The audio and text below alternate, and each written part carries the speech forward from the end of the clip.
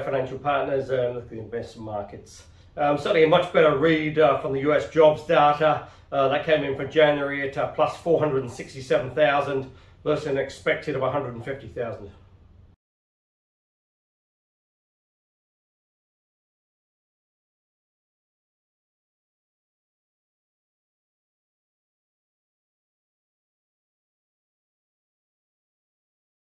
Now that was certainly quite a surprise because there was certainly a pretty weak December number, and with Omicron sort of sweeping through the US, there was real fears that jobs market was going to shrink even further.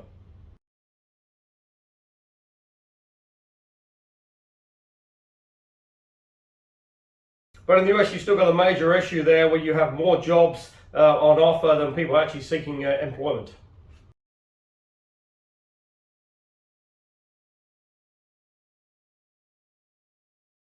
That's obviously seeing employers have to get a little bit creative and they're trying to entice people to come and work for them. That's pushing up the wage inflation, and that added to the ongoing inflationary pressures as well, especially from energy costs, which is really sort of not really helping the inflation numbers.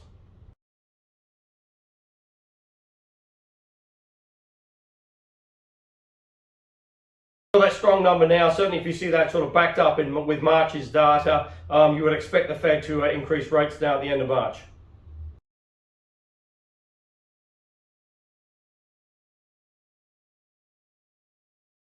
Certainly there's real fear now that the Fed is getting way behind the curve.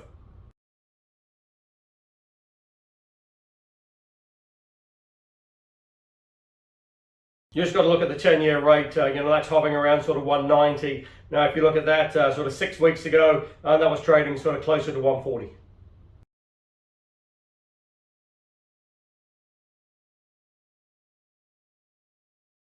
Equities seem to have stabilized a little bit as well. Some of the bigger tech companies now sort of almost coming to the rescue. Amazon's pretty good results, and that's really helping to sort of counteract the sort of negative impact from Facebook's results.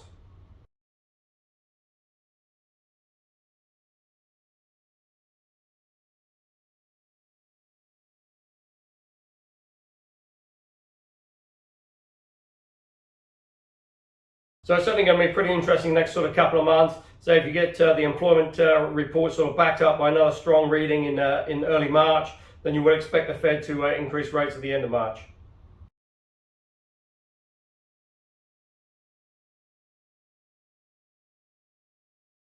Because certainly at the moment those inflation numbers are pretty strong and looking like they're going to get stronger.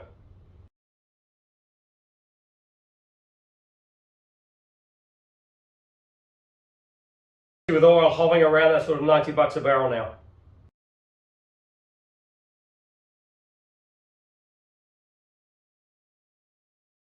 It's really obviously on supply issues and also the geopolitical sort of tension being caused by Russia and Ukraine.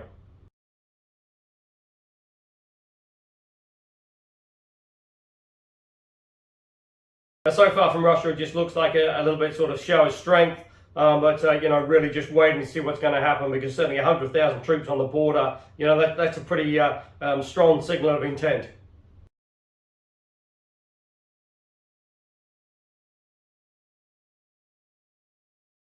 Now in the UK, a real surprise, the Bank of England doing back-to-back rate hikes, first time for quite a while, taking the base rate now up to 0.5%.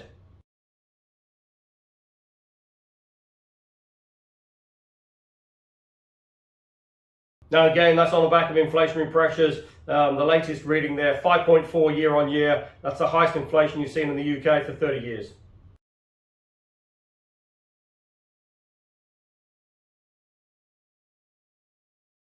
And that's just really following the global trend. You've got wage inflation, you've got a shortness of jobs, and obviously you've still got energy prices, which are really sort of driving inflation higher.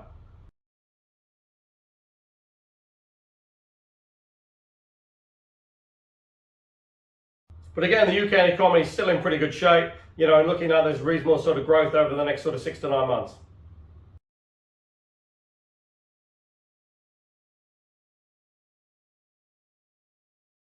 Similar story in Europe as well. You've got high inflation numbers out there, and it's really going to be very interesting because you've still got the ECB, the only central bank that's engaged in quantitative easing.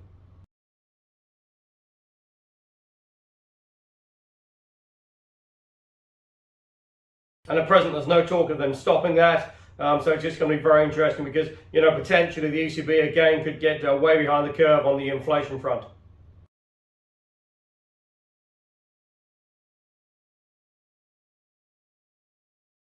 Interestingly, in Australia, Scott Morrison, the PM, is looking at sort of opening up the international borders, and that will be very interesting to see how that sort of plays through.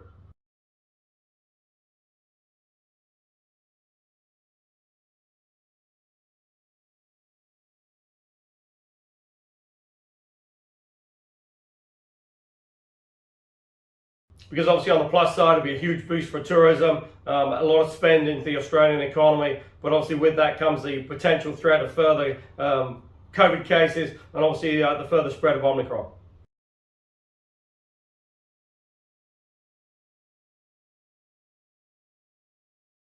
But so far, the Australian health system seems to be coping. They've sort of been hit with it reasonably hard and sort of come out the other side.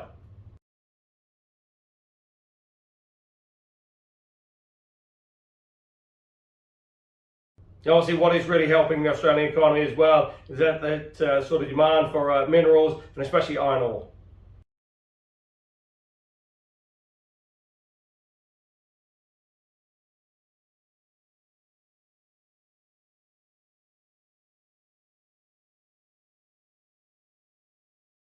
If that certainly continues with the continuous sort of global growth going forward, then potentially the Australian economy again looks pretty good for the next sort of 9 to 12 months.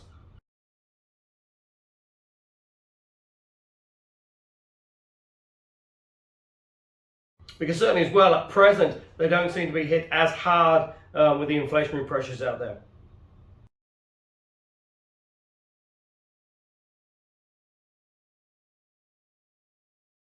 Now that's certainly not the case in New Zealand. Inflationary pressures certainly are pretty robust. 5.9 the last reading for inflation, and it's just going to be interesting to see now as we're only a couple of weeks away from the next Reserve Bank meeting to see if they're going to increase interest rates.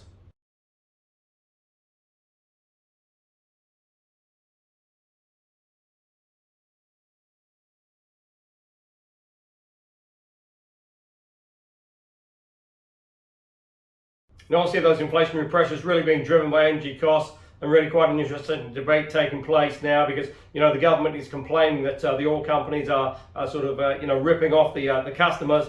But when you actually analyse the data, about 51% of the actual petrol price at the pump is driven by government taxes.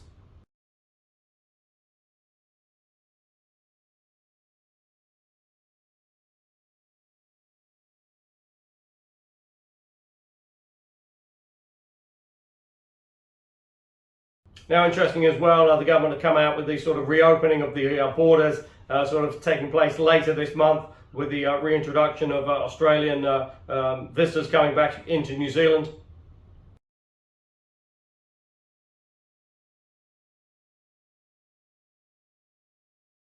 But you've still got tourists now having to self-isolate for 7 to 10 days.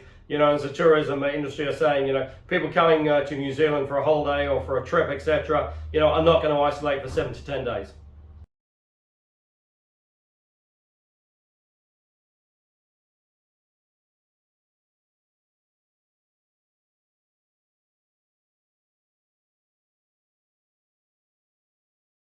So certainly that's unlikely to give tourism a really big boost.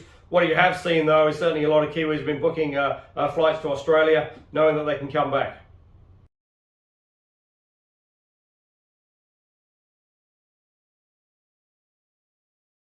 But again, that's going to be very interesting to see how it sort of plays through because, certainly at the moment, New Zealand is really at the beginning of the sort of Omicron outbreak. You've got cases now hovering around the sort of 200 a day, but potentially that could increase to, maybe 400 or 500 quite easily within a sort of week or so.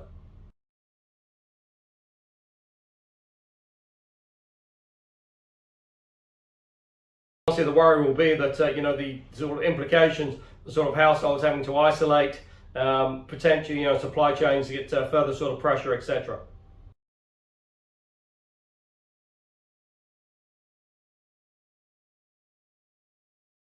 So certainly a pretty tough next sort of couple of months for the New Zealand economy, and it's just going to be interesting, I say, to see how that sort of all weighs on the thinking of the Reserve Bank.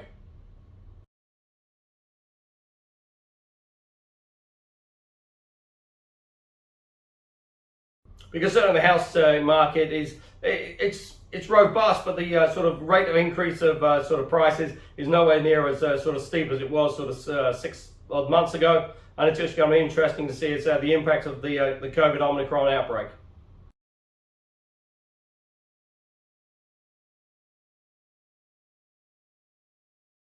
Always an interesting time, with when you see an increase in market volatility as well, especially for those longer term savers. And really thinking about KiwiSaver now, it's important to stick with the course, stick to your goals, and not sort of chop and change just because potentially when you're checking your balance, it's gone down a little bit.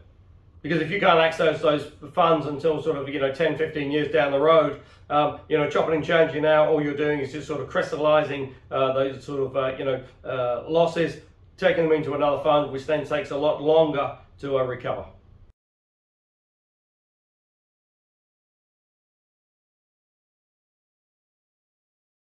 But obviously still pretty tough out there for investors. Interest rates, although increasing, you're still not getting a great return on your sort of term deposits.